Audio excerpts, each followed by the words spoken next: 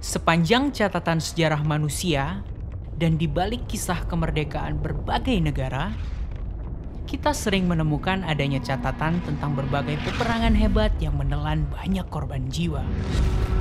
Tanpa memedulikan jumlah korban serta kerusakan parah yang ditimbulkan dari tahun ke tahun, perang selalu terjadi di berbagai belahan dunia.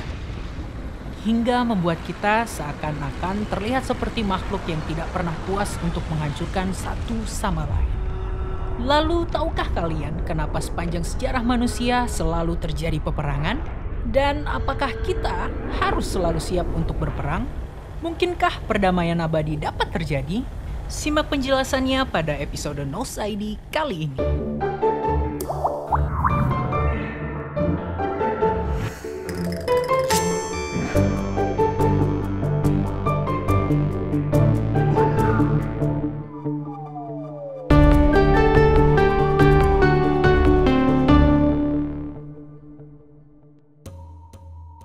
Hai, aku Joe. Selamat datang di Nos ID. Untuk memahami kenapa sejarah manusia sangat erat dengan peperangan, kita harus menyadari jika hal ini sebenarnya disebabkan oleh masalah yang sangat sederhana. Semua manusia pasti memiliki emosi, ego, nafsu, dan perbedaan pola pikir yang seringkali menjadi akar konflik. Tidak hanya menjadi pemicu konflik antar individu, tapi hal ini juga sering memicu pertikaian kelompok dan di level tertinggi bisa memicu konflik antar daerah dan antar negara. Jika hal ini tidak diselesaikan, maka konflik ini bisa berubah menjadi peperangan. Ketika ada sekelompok manusia yang ingin menguasai atau bahkan memusnahkan kelompok lainnya, dan jika kelompok lainnya tidak mau mengalah, maka kedua kelompok ini bisa terlibat dalam konflik, yang dalam skala besar bisa berubah menjadi perang. Mau tahu kenapa pemikiran dan ego umat manusia tidak selalu sejalan? Aku akan minta tolong pada teman kita, Kobi dari Kok Bisa, untuk menjelaskan penyebabnya. Beda sama robot yang jalan pikirannya bisa diprogram sama yang bikin, perbedaan emosi, ego, nafsu, dan perbedaan pola pikir adalah sifat dasar manusia yang gak akan bisa dihapus. Dan mengingat populasi bumi kita sebentar lagi nyentuh angka 8 miliar, sangat mustahil jika kita berharap seluruh manusia punya jalan pikiran yang sama. Nggak ada perbedaan emosi, ego, pola pikir, sampai bahkan nggak ada konflik sama sekali. Kalau gitu, jika mendamaikan seluruh umat manusia itu susah banget untuk diwujudin, kenapa kita nggak mikirin perdamaian negara kita sendiri aja? Bukankah jika seluruh warga Indonesia hidup dengan damai, semua masalah kita akan selesai? Sayangnya, kenyataan tidak semudah itu.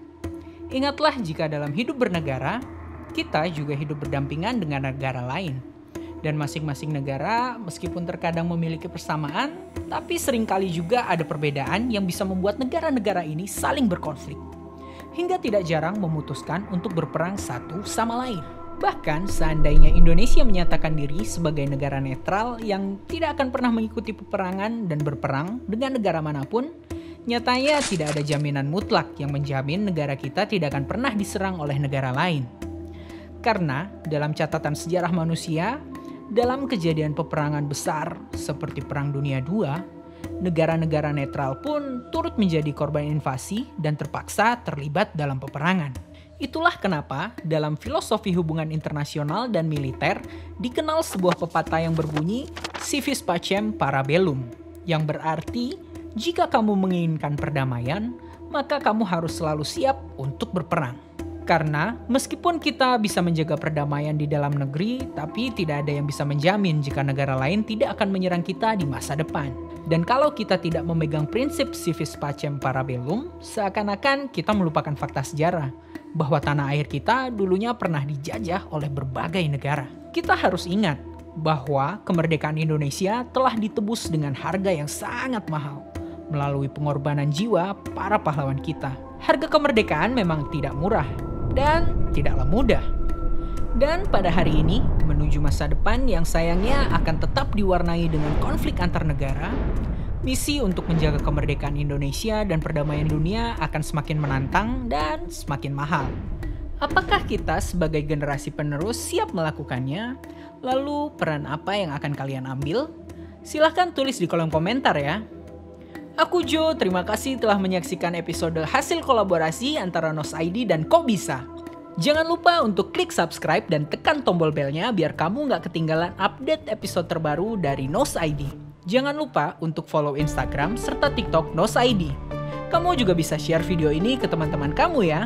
Dan sampai jumpa di episode berikutnya.